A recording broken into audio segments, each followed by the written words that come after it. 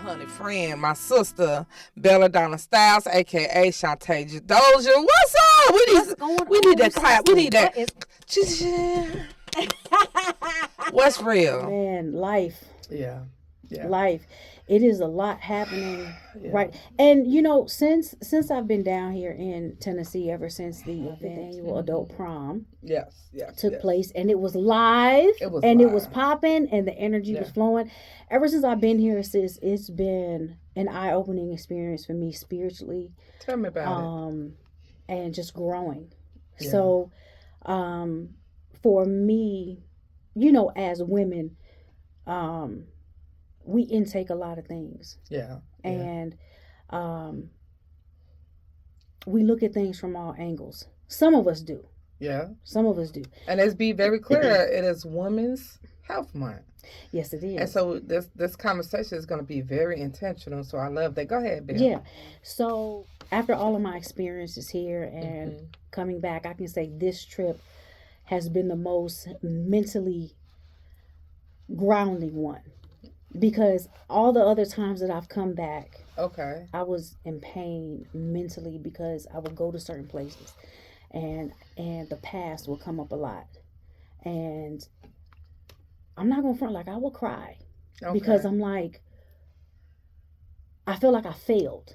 Really? I did. Like, I felt like I failed because when I moved down here to Tennessee 15 years ago, it's been a little bit, probably like 16 now, because I've been in Ohio for roughly 3, but I was coming back and forth. Yeah. And so, because I wanted Tennessee to be my forever home.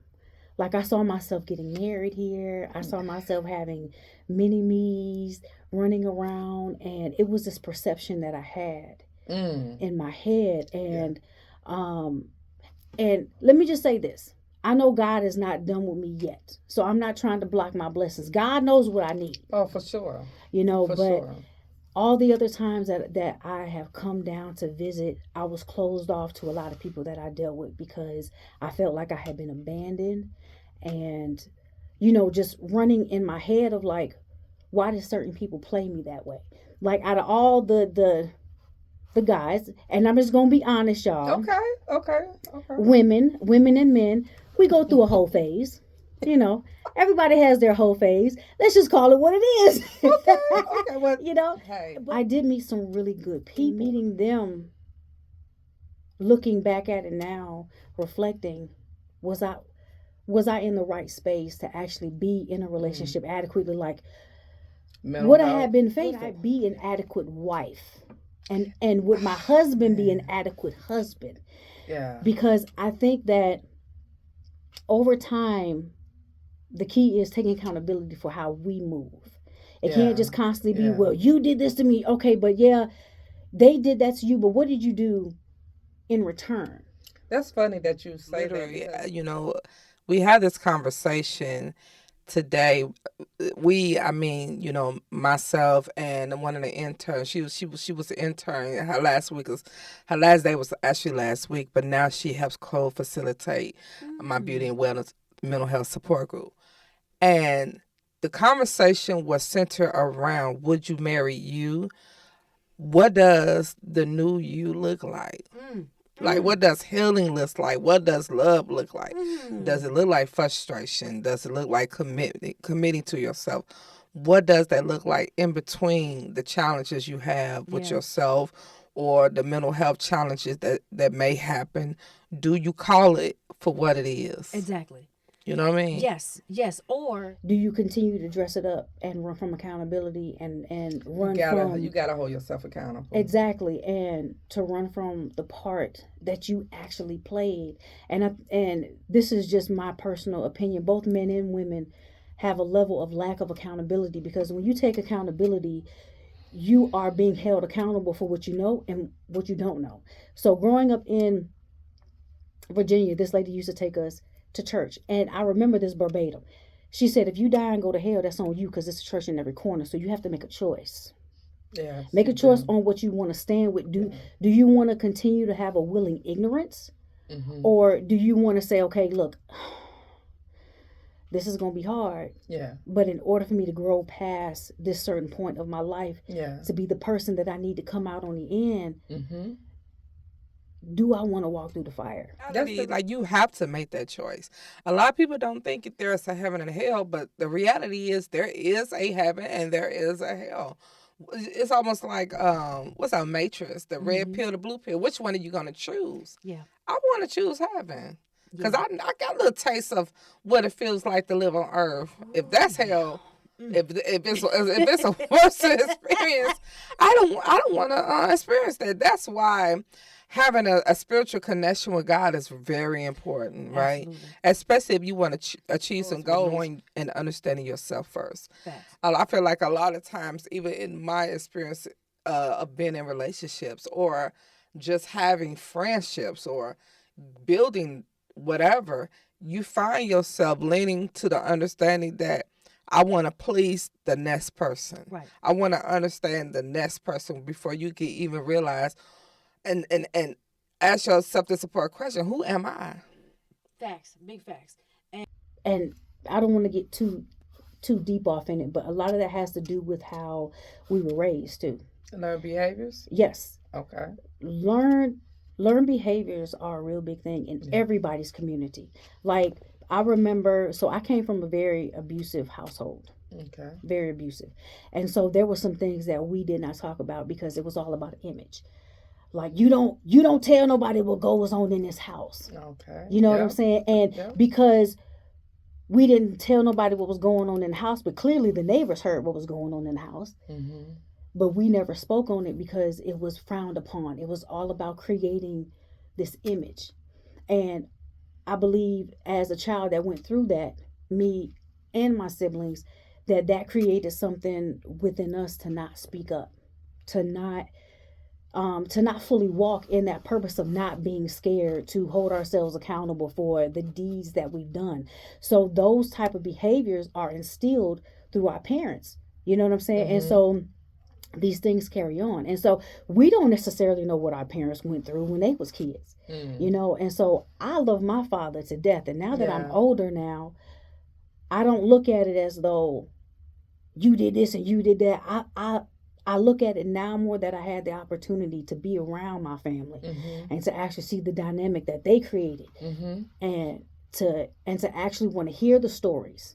Yeah. I look at it like my dad never had it easy. And again, none of this is an excuse. No, but I'm talk. taking into accountability. My father grew up in Mississippi. My dad still has pictures of him picking cotton around the house. Yeah. So it was a different time. Yeah. So I asked the question, was my grandmother ready to be a mother of 8? Mm-hmm. You know what I'm saying? That was like a natural thing. It was a natural thing to have multiple kids. Up to 13 and 14 children. Yeah. And it was also normalized that you let the man go out there and cheat. Let him cheat in peace. Because he was the quote unquote breadwinner at the time. So a lot of these traumas were instilled in them growing up. They didn't break the cycle because they thought it was normal. And so when those cycles get passed down, and when it finally hits that one person, like, look, I recognize this cycle. I don't want this to pass down in my kids, and I don't want this type of energy to be in my household. Do you think it followed you in your journey as a young lady? Oh, absolutely. All right. So absolutely. Tell me what that looked like at the age of. Let me give you an age. 18. What did that look like? Can you remember? So, the age of 18, I was in college, and I was still a nerd. Okay. And so I didn't know what a real man was like because my father wasn't there. Even though I left Virginia because I saw, like, I was dealing with people that I shouldn't have dealt with at a young age. Okay. And so I made the choice to leave my mom to go up there because I wanted to graduate and I wanted to make her proud. Okay. And so for me, I didn't know what a real man was. I didn't know what a real man looked like because, again, I love my father and I'm going to always say it, but my father did not exemplify what a man was supposed to be. Okay. Because I believe that I don't really think that my father was ready to be a father I either. think a lot of times, You like know, even if even myself, I've learned some things, even just from my journey as a daughter, right? Back then, the fathers really didn't have. They had a choice, but it was all so lean to if you get that young lady pregnant, you have to marry you her. have to marry her. You And have to so stay with that her. was the structure of the understanding that was presented from a culture, Yep. from a generation that leaned to that. Yeah. You know what I mean? That behavior, like, well, you laid in it, you made your bed, now you got to take care of it. Yep. And so that doesn't always mean that it was the right thing to do, right? But it's crazy because you mentioned your father's from Mississippi. My father was from Mississippi, Okay. right? And so we do know it's not a coincidence that we all know that a lot of people that live in Chicago, up north, Detroit, whatever, migrated from down south. Yeah, We all for sure, for sure. we know that, Yeah, right? for sure. Totally. And so the understanding is the thing is trying to understand how men struggle to be a man, right? Because they probably experienced the same thing, needed that man, that role model, when, especially back then, the man had to work. Yeah. They really wasn't, they was there, but they had to be the provider. Yeah, and let's take it even further. Okay. Growing up in the South, it was a lot of racism too. It was a lot of racism. So not only did they have to provide, but I'm just gonna go there. You had to worry about if you was gonna walk home and you was gonna be lynched. Yeah. Let's just take that a step further. If we're gonna talk about it, let's go ahead and talk about it, because in the black and brown culture, we were never safe. Never. We were never safe. So many stories, it's like, how do you expect a man to be a man when he's constantly living in fear? Right, especially in the workplace. Not feeling so much safe to be a man, and even in the church. Yep. Amongst the family, and I think that's one of the things that I myself advocate for, because I feel like in the position that I'm in as a domestic violence advocate, it's so easy to tear a man down because it's always a man's fault why a woman get abused, right? Yeah. And typically that's not always the case, right? No, it's not. And so because I've been centering this area with DV, I realize more and more how there are a lot of unhealthy women making, some really, really harsh decisions. And also some women can be the aggressors. Right? Yes. And so absolutely. It may look different in different ways. It may look verbally. It may be, what else can I? It's a lot of things. It could be body language, control, financial. It could be a lot of things, even though we know majority of men supposed to provide, right? Yep. But I've absolutely seen some amazing guys. Say this. Okay. I'm gonna look here and I'm gonna say this. Okay. Some of you ladies, let me tell y'all something. Oh. You all will get a good man and you will use him and you will abuse him, and then by the time he gets to me, I gotta jump through hoops. Not to you. And deal with trust. But it's like you don't take the time to address your traumas, and you're so and I've seen some women that are so self-absorbed and that are so consumed by what they want. They will literally take a good man and they will drive him into the ground. And what a lot of people don't know is that there is a 7-year window of a spiritual exchange. Every time you lay down with a person, your energy stays with them for a maximum of 7 years. That's why it's harder for some people to get over things. And that's why these soul ties are created and they're so unhealthy. Okay. And so, that whole thing, in order for you to get over somebody, you got to get under somebody. Absolutely not. In order for you to get over somebody, you got to take accountability for what you did.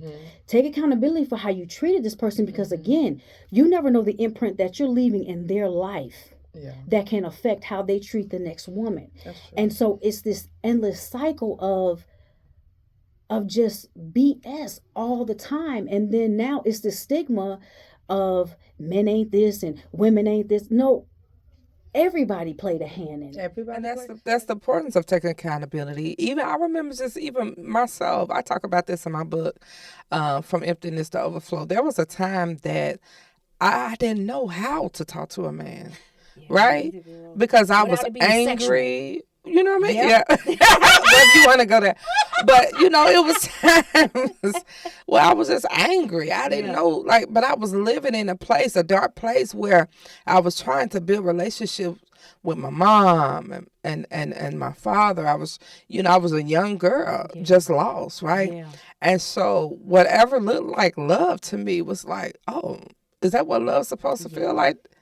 But that don't feel too good. You know what I mean?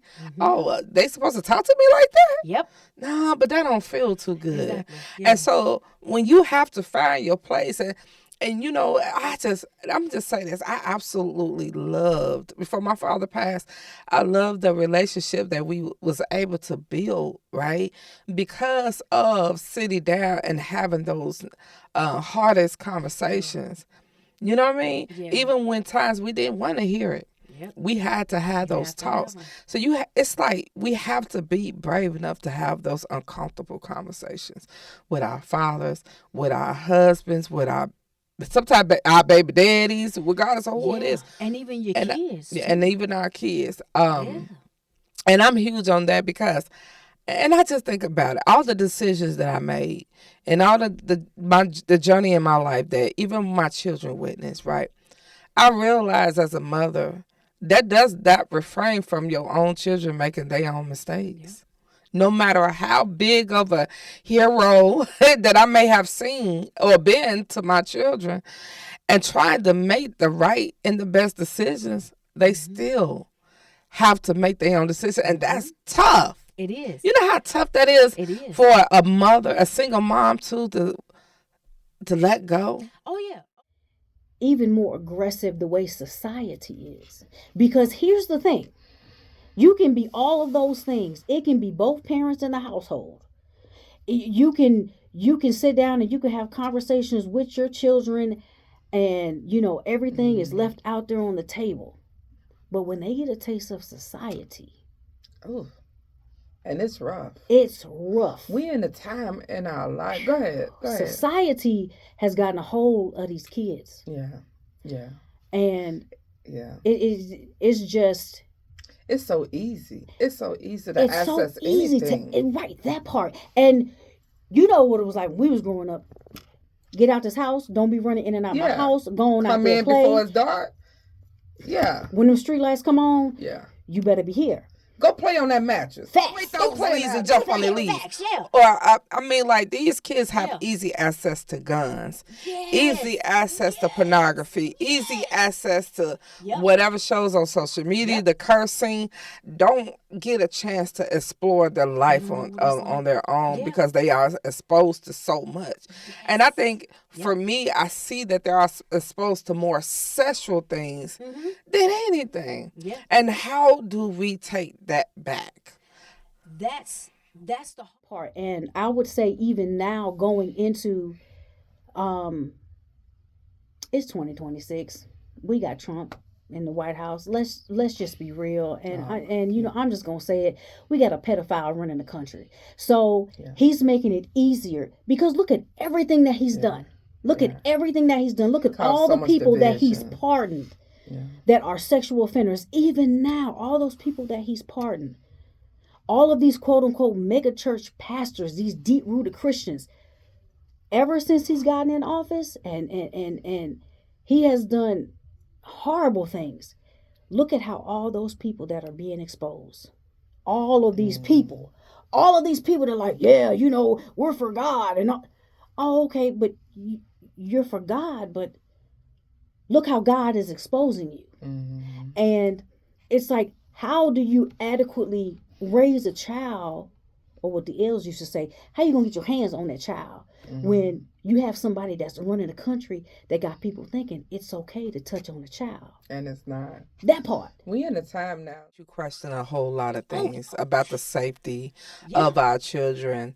And I'm just telling you, of course, it deals with the fact that there's no strength in prayer in schools. That's true. That's been taken out.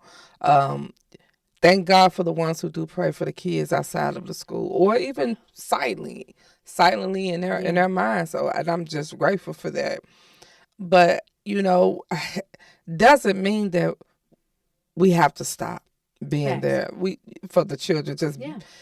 I thank God for the mentors. I thank God for the organizations that's doing youth initiatives. Absolutely. I really am grateful for those, like the Brother Keepers type of programs and the Fathers type of programs that stay in touch with our youth. Because, it's a lot of youth that's out here homeless. It's a lot of youth out here that's struggling, that's dropping out of school. Yeah, absolutely. And, a lot of that, we go back to the conversation about the men's and the fathers, even our own experience personally. Like, I don't know a world without having good men. I don't want to know what that looks like. Yeah. You understand what I'm saying? Yes.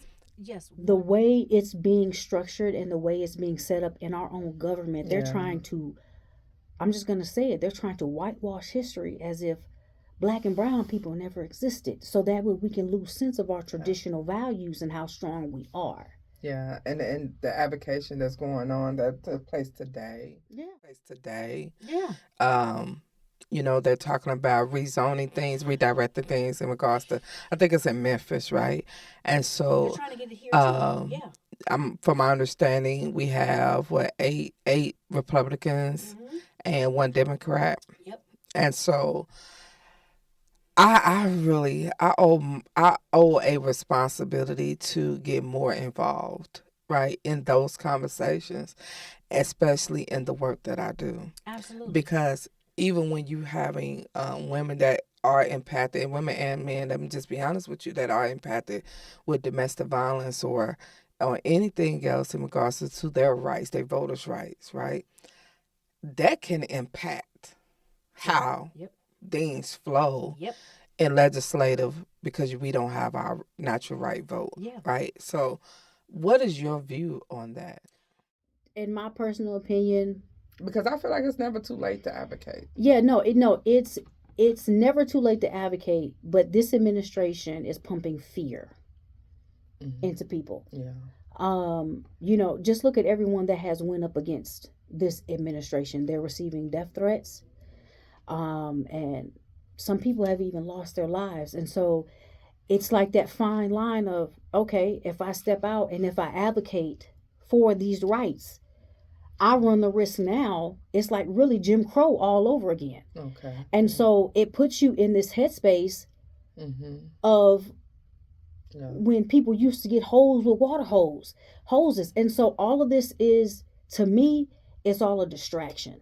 Yeah. It's all a distraction to break away and to break up those traditional values that's within the household. Yeah. Because if you're constantly putting somebody in fight or flight all the time, it's going to mess with disappear. Oh, yeah. All the time. Yeah. Because now I have to make a choice.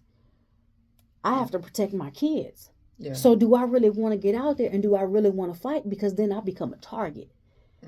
And they're making it more prevalent and more now that they're out there.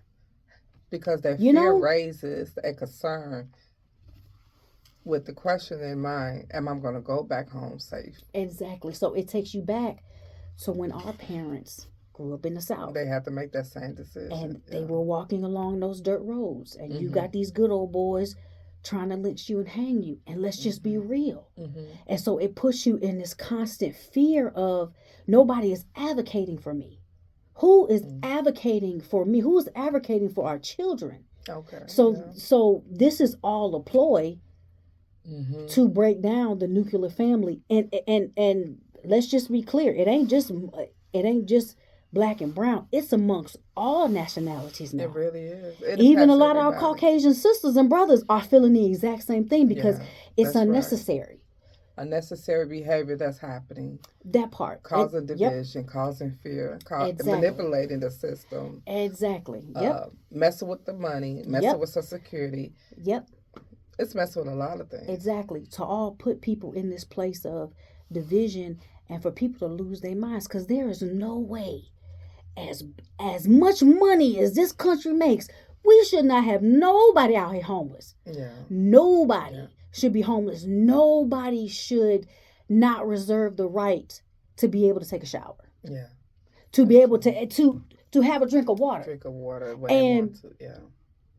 What's so messed up is that we've all been programmed because we're all living paycheck to paycheck. So because we're all living paycheck to paycheck and we have to work, where does that leave our kids? Yeah. To these phones? Having to raise society. To society. Yeah. That part. Yeah. So it's just an endless cycle, and the people that hold the keys, they know that. I think a part of our responsibility, and if you will, was setting the stage to that is understanding, first of all, it's never too late to get in the game. Facts. Yeah. To start speaking, to start having a voice. Big shout out to Equity Alliance, Takita Johnson, for she's always advocating. Yeah, she's always educating. She's doing her thing, and I guess it'll make you feel a sense of like, I need to do more. Yeah. Because if she's going hard and if everybody else is going hard and people showing up even with kids and making time, how do you set aside time to do the same thing? Exactly. Even if you're sending text messages out, hey y'all make sure y'all go vote. Mm-hmm. Those are the conversations that we need to have with our home girls and homeboys in rooms to talk about this as a part of our history. It is. That we get, that our kids is going to see. Yeah, it is. And it never stops. After Martin Luther King, after, even Malcolm, like it keeps going on. Yeah. And I just think about even Louis Farrakhan. Yes. He's in his, 90s, almost about to be 100. Yeah. And, his time is going to be, soon. We don't know, but I'm just saying, he have served a good fight. Yes.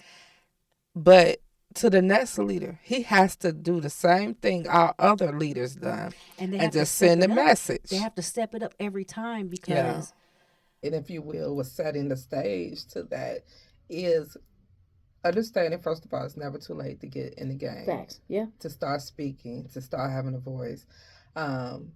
Big shout out to Equity Alliance, Takita Johnson, for she's always advocating. Yeah, for she's sure. She's always for sure. educating. She's doing her thing, and I guess it'll make you feel a sense of like, I need to do more. Yeah, because if she's going hard and if everybody else is going hard and people showing up, even with kids, and making time, how do you set aside time to do the same thing? Exactly. Even if you're sending text messages out, hey y'all make sure y'all go vote. Mm-hmm. Those are the conversations that we need to have with our home girls and homeboys in rooms to talk about this as a part of our history. It is. That we get, that our kids is going to see. Yeah, it is. And it never stops. After Martin Luther King, after, even Malcolm, like it keeps going on. Yeah. And I just think about even Louis Farrakhan. Yes. He's in his, 90s, almost about to be 100. Yep. His time is going to be, soon. We don't know, but I'm just saying, he have served a good fight. Yes. But to the next leader, he has to do the same thing our other leaders done. And they have to step it up. Message. They have to step it up every time because things are constantly evolving. It's always evolving. Humans are evolving, and the thing is that we want them to evolve in a positive manner. Yeah. But evil is really out there. It really is. Evil really is something that, again, that's why they say I had a praying grandmother. I had a praying grandmother. Right. She stayed in that Bible because she knew. Yeah. She knew, and I just feel that a lot of a lot of the good, strong traditional values and what people valued, unfortunately, everything has an expiration date, right? Some people were taken before their time. Some people Yeah. were made to be martyrs. And so it was done strategically to weaken and to break down certain cultures. Because again, if you knew how powerful Yeah. you are, you would do it. Mm-hmm. But they're making it so that if you stand up for yourself, you're a target. And so it's this fear, That's the thing. it's this constant, if Yeah. I stand up, Would I lose it? right, Would I lose something if I right, stand up? exactly. Yeah. And Am I that's, going to lose my life because yeah. if Yeah, that's good. I stand in the gap, Oh my goodness. if I stand in the gap for not only myself, but for everybody that look like me, and even those that don't look like me, Yeah. if I stand in the gap, am I going to be a target? Am I going to be one of them ones? Oh, well, such and such came up missing. We can't find them because they're making it so you can't advocate for yourself. So if you can't advocate for yourself, you can't advocate for your community. Yeah. And so again, because you can't advocate for your community, now if you look back, everything comes around in cycles. History tends to repeat itself if you don't Yeah. get a hold of it. Yeah. And so I think that's what they're trying to do, is they're trying to recreate this history of where we are not able to advocate for ourselves because of the black on black crime. Yeah. Every day. And that's the thing. It's gonna be hard in a way for them to take our voices away. Oh yeah, absolutely. We're not gonna just accept that, right? Because there's too many mixed children out here. Let's get that. I'm just saying. But but even in regards with our amendment rights, right? That they can't take our voices from us, right? We stand too strong. Mm-hmm. Here's the thing: even as for men and women, we have been through the trenches.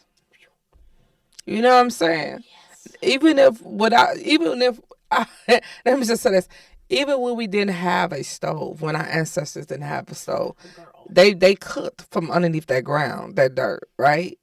They made a way to cook a pot of rice or greens. Yeah. And so if stones can be used as a heating source to make our food, absolutely, a stone can be used to produce heat, to throw them.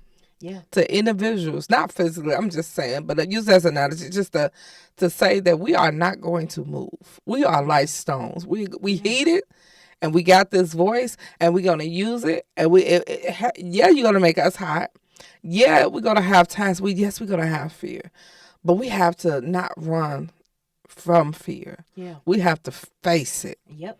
Even when it's hot, and when it's boiling, and when you like, Lord, have mercy, what's coming next? Because a lot of our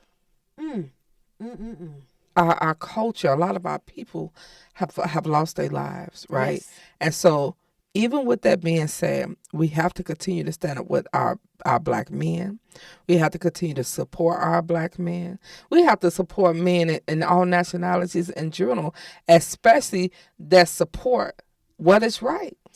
Absolutely. And take it back to the men being the head of the household. Yeah. Because God didn't call on Sarah. Mm-hmm. He called on Adam. He called on the men. Yeah.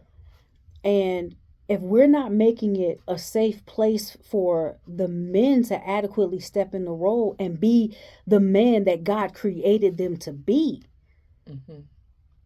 ooh, that's a whole different that's a whole different podcast. And but I see where you're going. But it's like, if we don't bring it back around full circle to make it comfortable for a man, yeah, how are we going to be able to shed the light on narcissism, control, domestic violence, and all of these things that creep into a man's mind? Because again, a lot of men have been emasculated. And well, you don't let me be the man, then if you stop acting like a bitch, and it's like, but again, everybody has grown up differently. So you got to take it back to, how was he raised? Yeah. What did he see? Yeah. What did he overcome? Yeah. Because if you want to be the man, We have to have these conversations That's because why if it's you can't important. lead me, you can't lead my household. And see, that's why it's important You to know? have those conversations. And That's why it's important You to know? have those conversations. Since I think, as a young lady myself, I didn't know how to. I didn't know how to ask the right questions Yeah. in regards to building a relationship with someone. And so that's another conversation. How do you build a relationship Yeah. as a feminine woman, right? That's true. You know, because feminism is something deep, right? In regards to how to be soft from a woman that's been a little bit independent and Edgy hard and yeah. edgy and aggressive, Yeah. and especially if you're from up north, right? Yes. You know, so that's a whole other conversation. Of how do one speak when you have in your voice and Yeah. compassion in your Yeah. voice? And just, I know the most important thing is allow someone space. First of all, to heal, like you say, your 7-year thing. But we have to allow individuals space, give them time. Like, I know a lot of times in relationships, we want the answer right now. If I ask my boo thing, baby, how you doing? Or what's going on in your life? Well, baby, I ain't ready. Okay, so I have to let him have that space to let him be ready Yeah. when he's ready. Absolutely. You can't force anything out of anybody. It goes both ways. Yeah. But I just, I know for time's sake, I just want to say that, who's the belladonna? Tell me about the new version of who you are right now. My journey this far, and I'll be 45. Shout out to all the Geminis. Mhm. I will be 45 this month on the 29th. Okay. And I'm doing what I want to do. That's love. It's not based around, oh, I want to be in a relationship and this, that, and the third, or why am I not good enough to be in a relationship? Now it's like, girl, do what you got to do. Yeah. Do what you have to do for you. Yeah. And in the interim, if he comes along, he's gonna come along. Yeah. But if you're not straight mentally, it's always gonna be a block. I feel like we all have a moment that we know when we're ready. I think we have to go through those challenges. Yes. I don't want to call everything a challenge, but I feel like we have to go through those steps to be comfortable enough to say, dang, I love me. Yes, and here's the thing. Your circle matters. It does. Mm-hmm. Excuse me. What you intake into your spirit body, your eyes, your ears, everything that you see, you have to be mindful not to adapt to it. And you have to hold yourself accountable. That's right. And don't wait too long. Like, I know everybody has this thing of, oh, you can't tell nobody how quick to heal, this, that, and the third. But it's like, you got to kind of understand that everything has an expiration. Mm-hmm. I think the Bible says, like, you mourn for a moment of time or something like that. And I'm not, quote me wrong, but I'll find the scripture. But I know that I will always promote get a therapist, right, to help you with the healing phase, because grief is something else. Grief is something that will impact your health in so many ways. So I really promote grief counseling and having a therapist. And so ironically, majority of my friends are therapists. So I was like, I ain't got to pay y'all because it's easy. So I can talk to y'all real easy, right? But, all jokes aside, but, when I lost my mom, especially just losing my father, that was deep for me. But I feel like the conversation that my dad had with me before he transitioned, it was like, I had this, I don't know if he knew, but it seemed like God be preparing you for things. And it was hurtful. Oh my God, I felt like I was losing my mind. Because I'm like, dang, that's like my best friend. Like, oh he my worked God. behind the scenes to prepare you. Yeah. Oh, that was tough. And that's what we don't see. But I feel like he's always protected me. You know what I mean? My father has always protected me, always been there for me. And we have grown together in our conversations, even with me writing my book. So I'm so grateful that God gave us the opportunity, even giving the opportunity to my other siblings. And, in a time and in a season, things take place in our life for us to grow. Right. Things take place for us to experience and to understand that hurt don't feel the same. You know what I'm saying? It don't. It changes. It does. When you've been It does. brokenhearted before, that brokenhearted don't feel the same. No. You know what I mean? It may still hurt, but you be like, oh, especially a Capricorn. I cry a little bit, boy. I put that cover off my head, like get up and start bossing. You know what I mean? And like, okay, we finna go out, girl. Where we going? You know what I'm saying? I'd be over a dude in a quick day or something. I'm like, oh yeah. I was like, I used to call myself I ain't gonna lie, I did call myself the professional leaver. I will leave you. I will leave. You heard me. Hey, where we going, y'all? Right. Do my cry. Then wake up like on 10. What we finna do, y'all? You know what I'm saying? I'm gonna forget about you in a minute. I know that's not healthy, but hey, you know what I mean?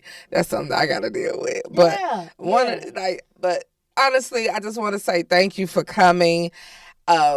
It's always good to have you around me. It's always good to have your presence. Man. Like you guys, look. It's what we do. Hey, I'm really looking forward to her having her own radio show. I mean, like literally, or podcast, because this beautiful woman right here, as y'all can see, and vice versa. Oh, I take that ditto. Is a force to be reckoned with. And I love the fact that you in the moment and you in the season that you have to maneuver through those challenges and steps to be in this presence, in this moment right now, that you can say, I enjoy it.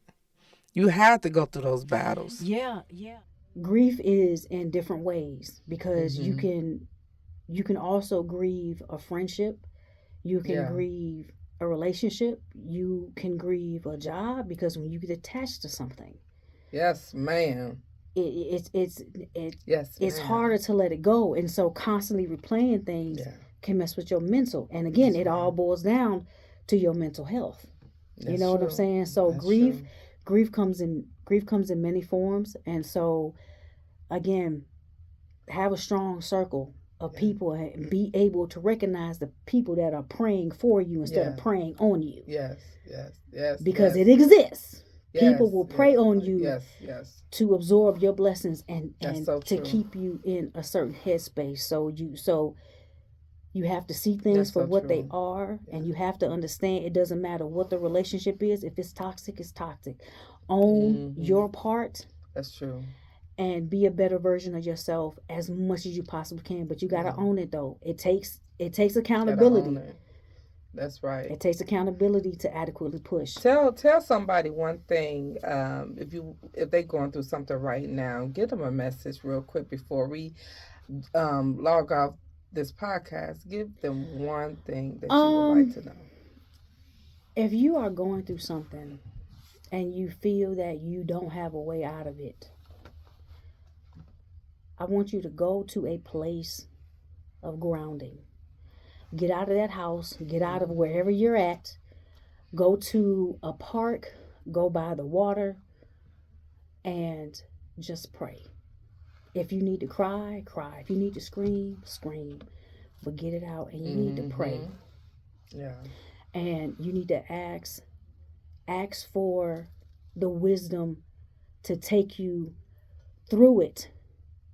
Instead of trying to pray your way out of it, ask for guidance on how do I get through this storm. And as crazy as it sounds, it doesn't come automatically. But one day you'll wake up and it'll click. And it'll be like, okay, now I got it. Because he may not come when you want him. But he always on time. So get into a place of solitude and release all of your emotions. Cry, do whatever it is you got to do, and just pray and just ask for it. And if that's something that you got to do for months on end until you get it, you got to do what's best for you. But understand that this life is for you. It's not for nobody else. That's right. It's what you perceive it and what you want it to be. So don't let everybody be in your ear. Don't be telling everybody what you got going on. None of that. Go to that place of solitude. Go to that place of grounding and just release it. Pray about it. Let it go, and let it be a continuous thing for you that's going to help balance you out. Because trust me, I did it and I still do it. That's right. That's a good word. it's That's a constant. good word. That's a good word. Continue to work on yourself. Absolutely. Remember, it's not a one day thing, it's a daily thing, right? So thank you, Belle, for coming and joining Set the Stage Coach with your girl Cintoria Franklin.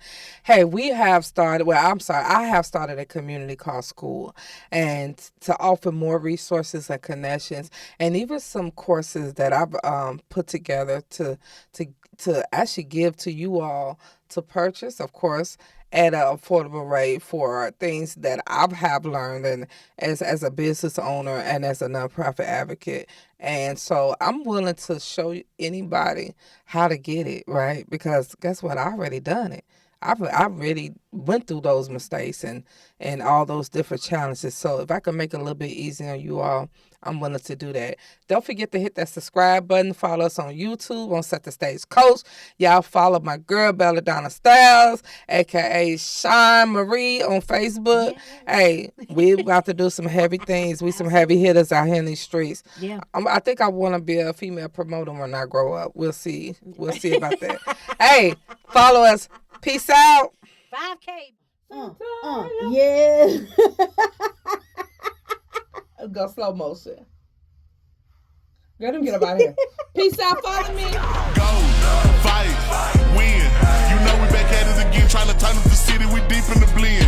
In that field, all we got is our team, so we put it together.